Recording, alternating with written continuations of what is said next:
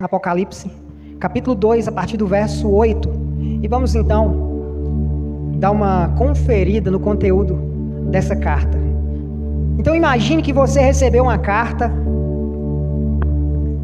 e essa carta vem de um médico e ele se apresenta a você. Ele se descreve, diz quem ele é, e ele te conhece. Então esse médico ele vai falar para você: olha, eu te conheço, eu sei quem você é, e eu quero te dizer uma coisa: você precisa cuidar disso, disso, disso. E o remédio está nisso daqui. Então Jesus ele faz isso com essas 7 igrejas. Ele se apresenta, ele faz o diagnóstico, e então ele prescreve, o remédio, a cura.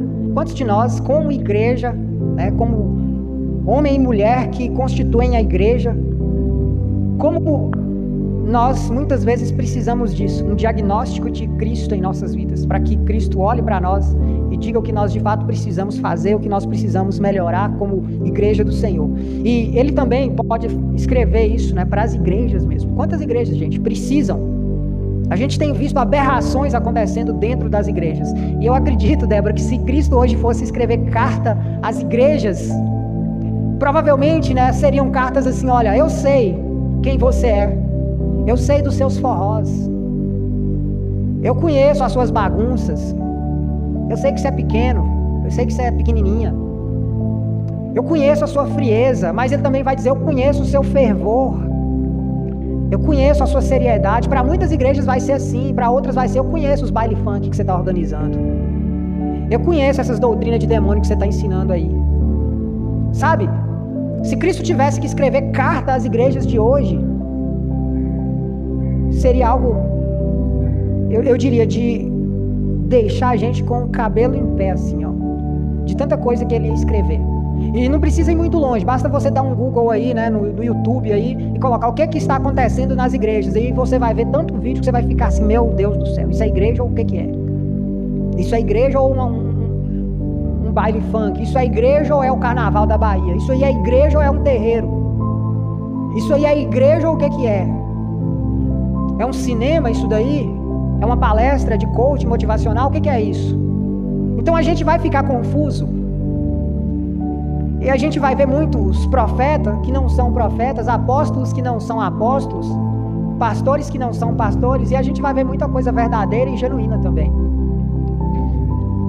Tem muita igreja que é pequena e está sofrendo. Se você pesquisar, eu aconselho a você acompanhar o canal Portas Abertas. Tem no Instagram, tem no YouTube, tem o site Portas Abertas. É o site que mostra, os países que mais perseguem cristãos. E aí lá você tem os países que proíbem a Bíblia, os países que estão perseguindo os cristãos. E lá sempre tem as notícias de quando um pastor é perseguido e morto por causa do Evangelho, quando uma igreja é queimada e destruída por causa do Evangelho. Isso está acontecendo hoje, nesse exato momento. Essas coisas estão acontecendo. Pastores sendo perseguidos, pessoas sendo perseguidas por causa do Evangelho, a Bíblia sendo proibida em mais de 52 países aí ao redor do planeta aí, no mundo, Então a coisa está acontecendo. Bendito seja Deus, louvado seja Deus pela nossa liberdade de todo dia. Nós ainda somos livres para pregar o Evangelho, compartilhar. Então, mas existem países que a perseguição acontece. Por que eu estou dizendo isso? Porque essa igreja, Esmirna, ela passou por isso, perseguição, que podia durar uma noite, como a gente cantou aqui. O choro deles poderia durar uma noite, ou 2 ou 10 dias, mas a alegria viria pela manhã. Eles só teriam que suportar por um pouquinho de tempo. Izmir ainda existe, está lá na Turquia.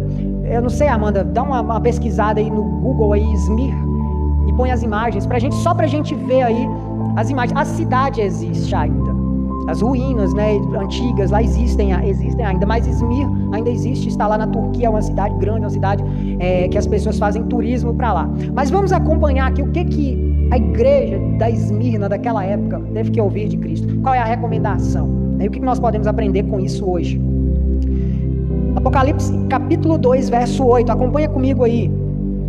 Escreve ao anjo da igreja em Esmirna: isto é o que diz o primeiro e o último, aquele que foi morto e reviveu. Preste atenção que a descrição que Cristo vai dar para essa igreja é: aquele que foi morto e reviveu.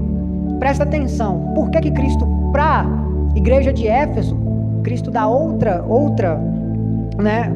Ele vai dizer, para a igreja de Éfeso, ele vai dizer, assim diz aquele que tem as 7 estrelas e anda no meio dos castiçais. Ele dá outra descrição para Éfeso, mas para essa igreja aqui em Esmirna, ele vai descrever o seguinte: aquele que morreu, mas ressuscitou. Isso é muito importante. Acompanhe aí comigo. Escreve ao anjo da igreja em Esmirna, isto é o que diz o primeiro e o último, aquele que foi morto e reviveu. Conheço tua tribulação e tua pobreza, apesar de seres rico. Isso aqui é um paradoxo. Por que ele está chamando a igreja de pobre, mas está dizendo que ela é rica? Isso é um paradoxo, é algo que é contraditório, mas por trás revela uma grande verdade. Nós vamos ver isso. Acompanha aí.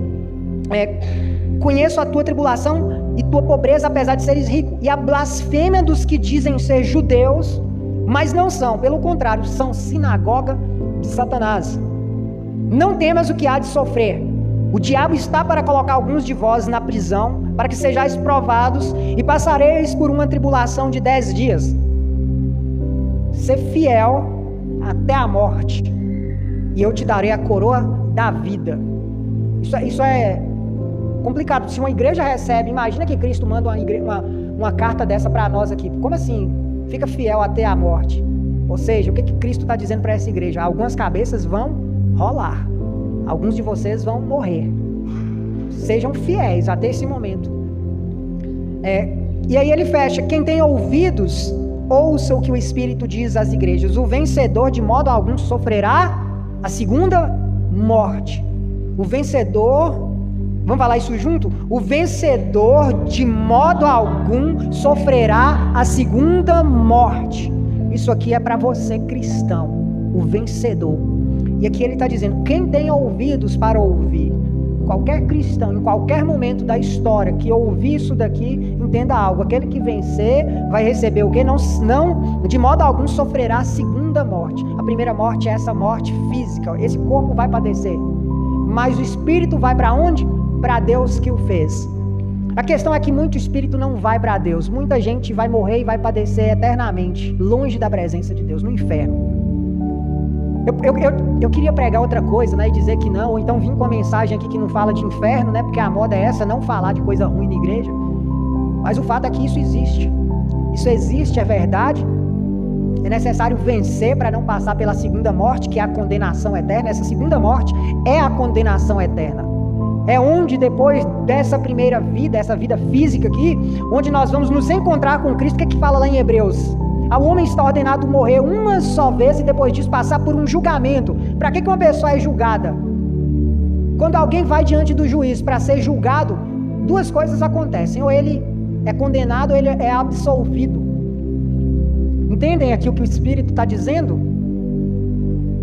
Vocês precisam vencer, vocês precisam ser fiéis, e aí vocês não sofrerão a segunda morte. Vocês serão absolvidos no tribunal de Cristo. Você pode ser condenado no tribunal do homem aqui. Alguém pode te prender pela fé, por causa da sua fé, mas diante de Cristo você será absolvido. Cristo te salvará. Vocês viram as fotos aí? A congregação de Esmirna foi perseguida por sua fé, o que explica por que o Senhor enfatiza sua morte e ressurreição no início dessa mensagem. Como Cristo se apresenta para essa igreja, Dani? Ele vai dizer: isto é o que diz o primeiro e o último, o alfa e o ômega, aquele que estava no início, que estará no final, e que foi morto. E o que é que isso nos faz lembrar? Se Cristo ressuscitou, o mesmo poder que ressuscitou Cristo dentre os mortos, ressuscitará a igreja de Cristo no dia do Senhor, linda, gloriosa, perfeita, para ser apresentada diante de Cristo. O fato é que essa é a descrição. Eu venci. O que Cristo está dizendo, o que é que a igreja naquela época entendeu? O que é que João está passando? Aquele que foi morto e reviveu. Olha, quem está dizendo é aquele que venceu a morte. Ele venceu a morte. Aquele homem que vocês têm fé nele, que se chama Jesus, ele venceu a morte. Ele que está mandando o recado. E Cristo tem uma palavra de aprovação para essa igreja. E é eu acho que talvez uma das mais lindas, porque ele vai dizer isso, né, através de um paradoxo, e que isso é bonito para nós. Vamos ler aí. Verso 9, ele diz o seguinte: conheço o quê? Essa igreja sofre, gente. Esmirna, que significa amargura, amargo. Ela é uma igreja que sofre, é uma igreja que, quando Domiciano falou, a partir de hoje está declarado o culto ao imperador, essa igreja falou, não, nós só adoraremos a Cristo, nós não adoraremos ao imperador, nós não nos ajoelharemos diante do imperador. Com quem aconteceu lá no passado? O cara levantou uma estátua gigante e falou, quando a trombeta soar é para todo mundo se ajoelhar. Quem foram os 4 que não se ajoelharam? Sadraque, Mesaque, Abidnego, Daniel, Isaías, eu sempre confundo esses nomes, mas Daniel e os seus 3 amigos.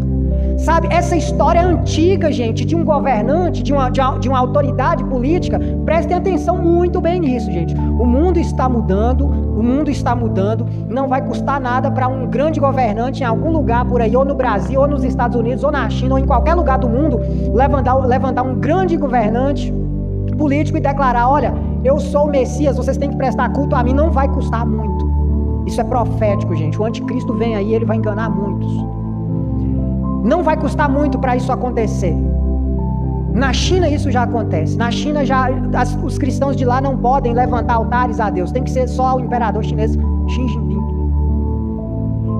Isso já acontece e não custa nada para começar a acontecer. No Oriente essas coisas já acontecem. A igreja é perseguida por não adorar outros deuses. O islamismo caça, persegue e mata cristãos no Oriente Médio porque os cristãos não adoram a Alá, o Deus dos muçulmanos. Na China, a igreja que não presta culto e que não canta o hino do Partido Comunista Chinês, ela não serve para o partido, então ela é destruída, ela é demolida. Se o pastor não estiver ligado, associado ao partido, ele não pode pregar no culto, ele não pode ser pastor em igreja alguma. Ou seja, é uma verdadeira perseguição ao cristianismo nesses lugares. O fato é que Cristo está dizendo para essa igreja, eu conheço a tua tribulação, conheço o seu sofrimento, eu sei que vocês sofrem, então essa coisa de um imperador, Nabucodonosor levanta a estátua e fala, todo mundo vai ter que me adorar, outros fizeram isso também, ao longo da história, não estou nem falando de Bíblia não, procura nos livros de história que você vai ver que em todos os momentos da história, os grandes imperadores, eles ergueram monumentos a eles mesmos e pediram a adoração das pessoas, e aqueles que se negavam a adorar essas pessoas eram perseguidos. Então, quando Domiciano ele institui o culto a ele mesmo, os cristãos se negam a adorá-lo. Então começa a perseguição e começa a matança de cristãos. E aí Cristo está de olho nisso. Ele é quem? Ele é aquele que está no meio dos candelabros. Os candelabros são as igrejas. Cristo está vendo isso acontecer. Cristo estava vendo aquilo acontecer na igreja de Esmirna. Eles têm uma decisão: se render ao sistema domiciano ou se posicionar do lado de Cristo. Eles tinham que tomar uma decisão e rápido, e eles se posicionaram. A igreja de Esmirna se posicionou do lado de Cristo. Então eles falaram, nós não adoraremos ao imperador romano. Pois bem, há um preço a se posicionar do lado de Cristo. Há sempre um preço a se posicionar do lado de Cristo. Pode ter certeza, ou é a família que vai falar alguma coisa, vai te criticar, ou é um pai, um filho, uma mãe, um irmão, ou é um vizinho, ou até mesmo você mesmo vai ter que lutar contra a sua própria carne, né? Algo em você quer o que é errado e você, né? O Espírito está te dizendo para fazer o que é certo, e vai ser sempre uma luta. Vai haver sempre, dona Lindaura, um preço a ser pago. Não adianta, não fica querendo um evangelho fácil não, mesmo nos dias de hoje. Nós temos liberdade, a igreja está perto, ninguém nos persegue do jeito que perseguia no passado. Nada te impede de vir na escola bíblica, ou no culto à noite, ou no meio de semana. Nada te impede de pôr uma música lá na sua casa, no seu som para você ouvir, ou no seu carro, uma música que fala de Deus. Por enquanto, nada nos impede de ir na praça e pregar o evangelho, visitar de casa em casa. Mas mesmo com essa facilidade toda, há um preço a ser pago. Essa é a grande verdade. Aquela igreja, ela vai pagar um preço.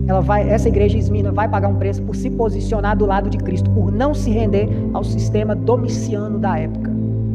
O sistema domiciano está dizendo, se rendam ao nosso espírito idólatra, se rendam à nossa força militar. E a igreja está dizendo, não, nós só adoraremos a Cristo. Então Cristo vem para essa igreja e diz, eu conheço a tribulação de vocês, eu conheço. E ele vai dizer, a tua pobreza. Eu conheço a tua pobreza. Apesar de seres rico. O que é uma igreja que é pobre apesar de ser rica?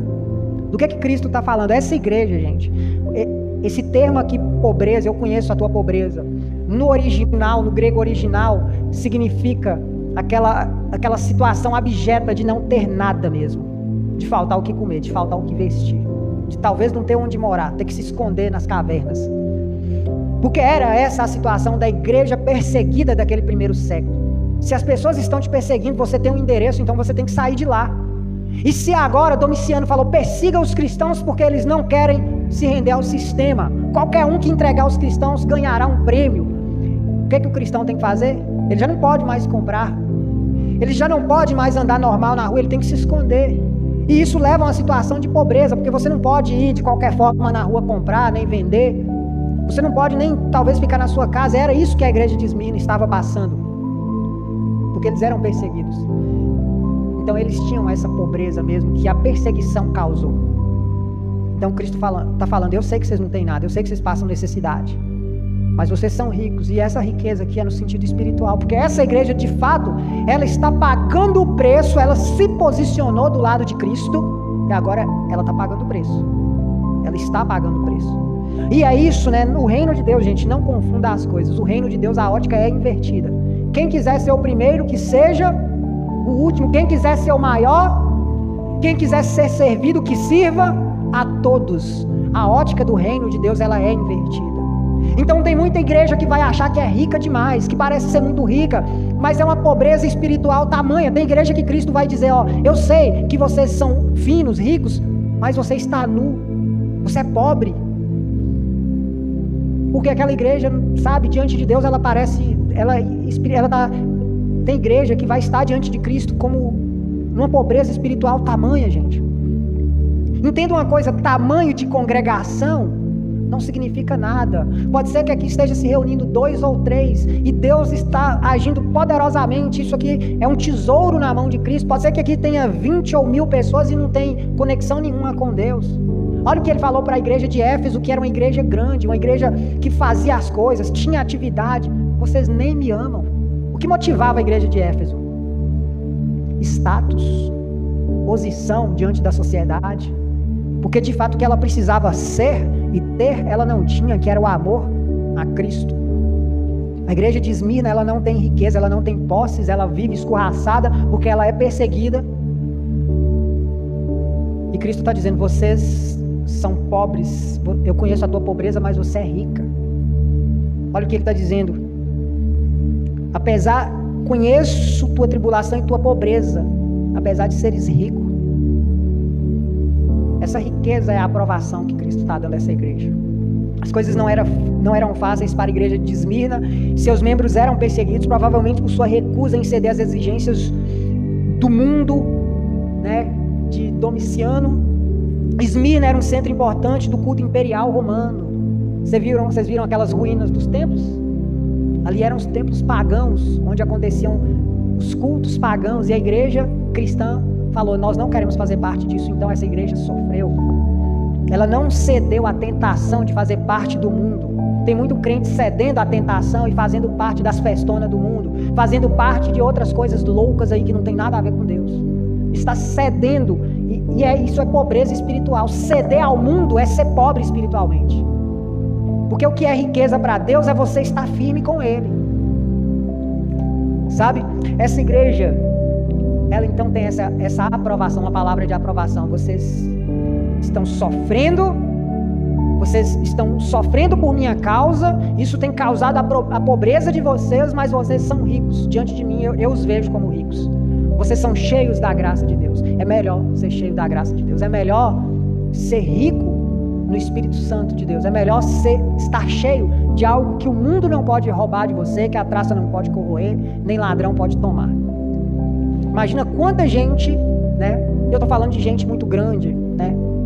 Quanta gente que tem tudo, mas não tem Deus. Feliz mesmo é aquele que tem tudo e tem Deus. Esses são os mais felizes, porque além de terem tudo, para eles aquilo não é nada, eles têm a Deus. Olha Jó tinha tudo, Deus tomou ele e falou, Deus deu, Deus tira. Meu coração não está nessas coisas. Deus restituiu o dobro, já continuou como? Louvado seja Deus do mesmo jeito. É isso que é riqueza, é você saber onde, é saber colocar o seu coração no lugar certinho.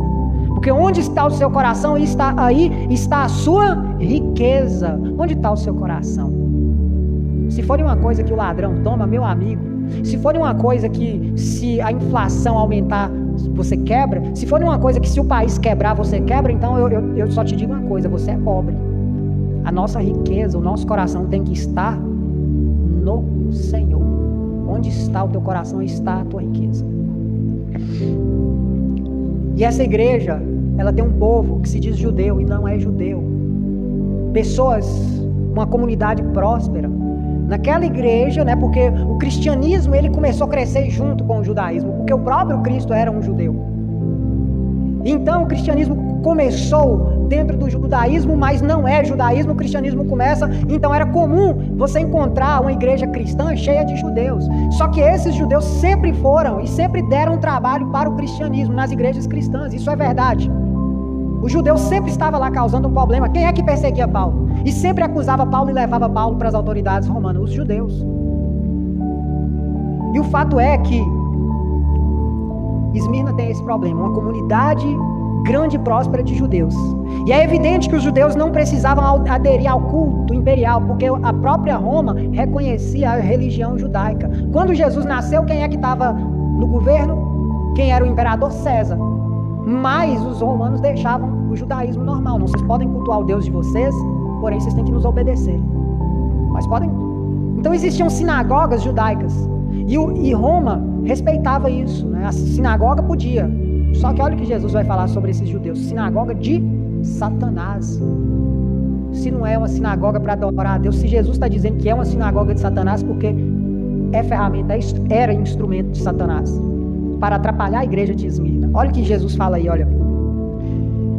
Ele vai falar, né? Vou ler novamente. Conheço tua tribulação, tua pobreza, apesar de seres ricos, e a blasfêmia dos que dizem ser judeus, mas não são, pelo contrário, são sinagoga de Satanás.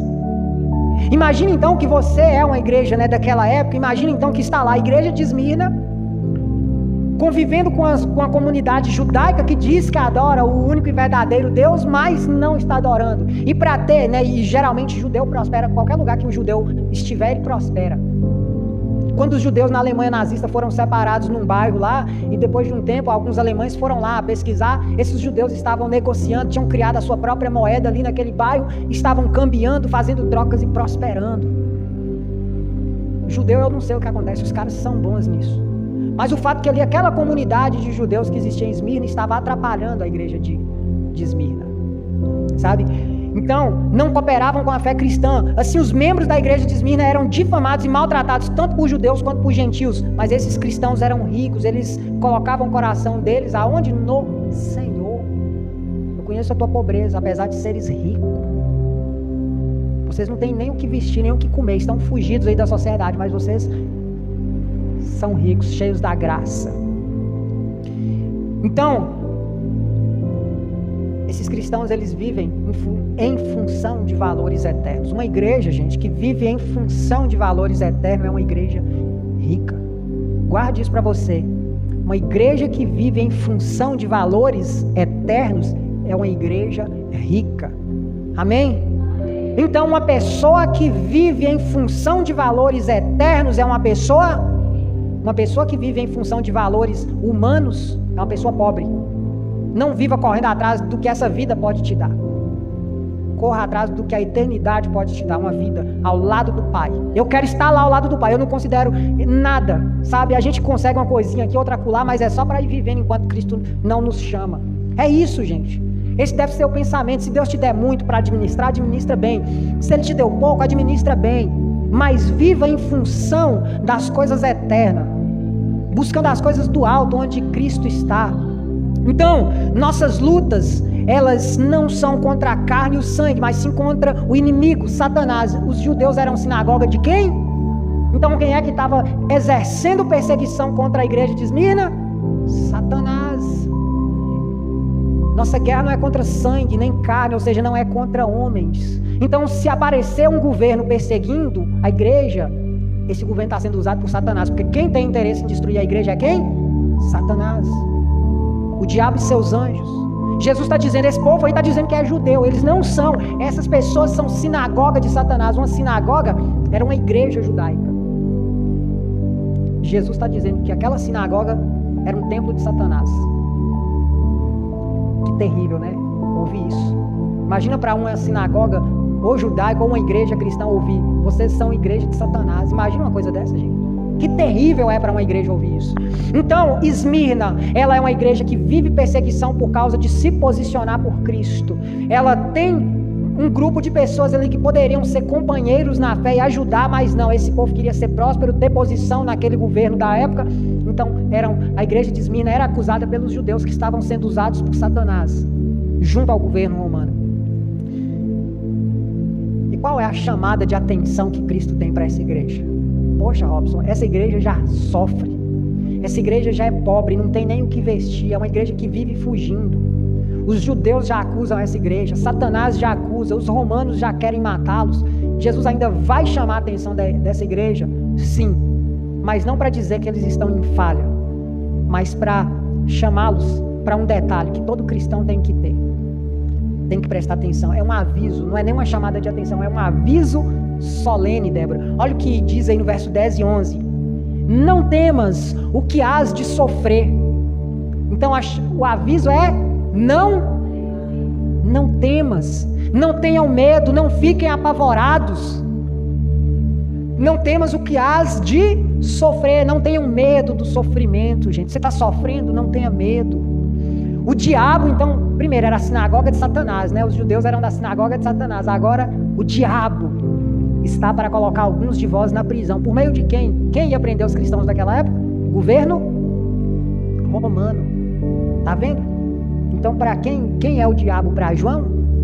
O governo romano daquela época. Porque é ele que vai prender o cristão. E é por meio dele que Satanás vai exercer as suas maldades.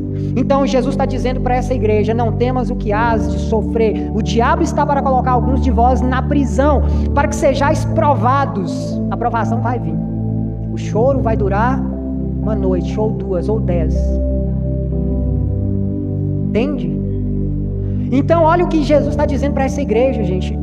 Pessoal, eu estou no meio de vocês, eu conheço o sofrimento de vocês, eu sei que tem gente aqui te acusando, eu sei que vocês sofrem pelo meu nome, e vocês são ricos da graça, vocês têm colocado o coração no lugar certo, mas não tenham medo que vocês vão sofrer, vai haver sofrimento para vocês, e alguns de vocês vão parar na prisão, alguns de vocês vão morrer, e passareis por uma tribulação de 10 dias, essa expressão 10 dias significa um período pequeno de tempo. Passareis por uma tribulação de 10 dias, ser fiel até... Então agora Jesus mandou papo reto para essa igreja. Agora Jesus falou a verdade com eles. Não que Jesus estivesse mentindo, agora ele abre o jogo. Ele fala, alguns de vocês vão morrer. Que coisa terrível para uma igreja receber uma carta de Cristo falando uma coisa dessa. Mas aí é o seguinte, ser fiel até a morte, eu te darei a coroa da vida. Amém? Então essa igreja, gente, ela recebe esse aviso de Cristo. Não tenham medo, gente, vocês vão sofrer. Vocês vão sofrer, vai acontecer uma perseguição, muitos de vocês serão presos e vão ser provados, ou seja, com certeza é aquele momento que vai ser preso e fala, adora Domiciano, e a igreja vai falar, não, adora não, então joga para os leões. E Cristo está chamando nesse momento, no ponto de morte, quando vocês estiverem para morrer, fiquem fiéis, mantenham a confissão de fé de vocês, e vocês não passarão pela segunda. Quem está dizendo isso? Aquele que morreu e agora está vivo. Entende? Olha isso aí, incrível. Não há qualquer palavra de acusação para a congregação de Esmirna. É possível que não tivessem a aprovação dos homens, mas certamente recebiam o louvor de Deus. Deus está falando, vocês são ricos, não tem coisa melhor para ouvir de Deus. Porque para Deus esse dinheiro nosso, essa prata, esse ouro nosso não vale nada. Então se ele falar que eu sou rico, ele está falando de outra coisa. Sabe? Então essa igreja era louvada por Deus. O Senhor, porém, lhe dá uma admoestação solene diante do sofrimento crescente, não temas. Diante de toda tribulação, perseguição ou dificuldade, esse aviso solene continua ainda hoje nos instando a ficar firmes.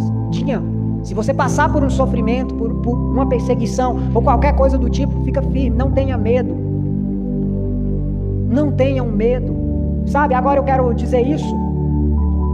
A coroa da vida era a coroa do vencedor entregue nos jogos. O que Cristo está prometendo para essa igreja? Quem tem ouvidos para ouvir, ouça o que o Espírito diz às igrejas. O vencedor de modo algum sofrerá a segunda morte. Ele será coroado com a vida eterna. Ao homem está ordenado morrer uma só vez, essa morte física, e depois passar por um julgamento. E diante do tribunal de Cristo, você pode ser acusado no tribunal dos homens. Você pode passar por um sofrimento aqui na terra, mas Cristo não vai deixar isso acontecer por toda a eternidade. Olha o que ele está falando. Ao vencedor, de modo algum sofrerá a segunda morte. Sabe, muita gente está blasfemando o nome de Cristo por causa de uma doença. Muita gente abandonou o evangelho porque a família falou: não, você nasceu nessa religião, você tem que ficar nela, abandona esse Jesus, essa igreja sua, e fica aqui. Muita gente tem abandonado Cristo por causa de uma pessoa, ainda que seja o pai, ou a mãe, ou um parente, ou uma tradição familiar. Muita gente tem abandonado Cristo por causa de uma tradição familiar. Não, minha família toda não gosta desse negócio de evangelho, não, então também não. A doença chegou. Se Deus é bom, por que Deus está deixando eu sofrer? Então eu não vou adorar a Deus, porque Ele é ruim, Ele é mau. Abandona Cristo.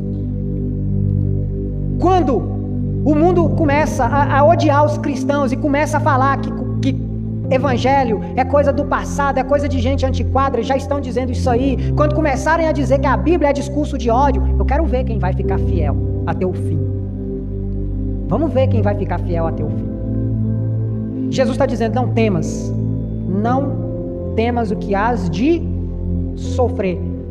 O sofrimento pode chegar para muitas pessoas porque o pai rejeitou e falou: não, eu não tenho, você não é meu filho mais se você continuar seguindo a Cristo. O sofrimento pode ser uma doença. O sofrimento pode ser um problema na casa. O sofrimento pode ser, sei lá, a rejeição da sociedade pelo evangelho. Não temas o que hás de sofrer. Quem tem ouvidos para ouvir, ouça. Quem tem ouvidos, ouça o que o Espírito diz à igreja. Essa igreja, o remédio é ouvir o que o Espírito tem a dizer. Se eu estou passando por um perigo de morte, por um perigo de rejeição, eu preciso lembrar. Se é rejeição, Cristo venceu a rejeição. Se é a morte, Cristo venceu a morte. Se é o escárnio das pessoas, Cristo venceu o escárnio das pessoas. Seja lá o que for, Cristo venceu. Seja lá o que for, Cristo venceu. Quem tem ouvidos para ouvir, ouça. Cristo venceu a morte. Ele se apresenta. Isto é o que diz o primeiro e o último, aquele que foi morto e reviveu. E ele fecha: o vencedor de modo algum sofrerá a segunda morte. Cristo não morreu a segunda vez, Ele está vivo. Nós não morreremos a segunda vez, nós viveremos. O mesmo poder que ressuscitou Cristo dentre os mortos nos ressuscitará no dia do Senhor. Amém? Vamos ficar de pé, vamos orar, agradecer a Deus. Quem tem ouvidos, ouça o que o Espírito diz. Diante de qualquer dificuldade que você estiver, lembre-se: Cristo venceu. Vamos repetir isso? Cristo venceu, eu vencerei. Amém? Senhor nosso Deus, louvado seja o teu santo nome, Pai.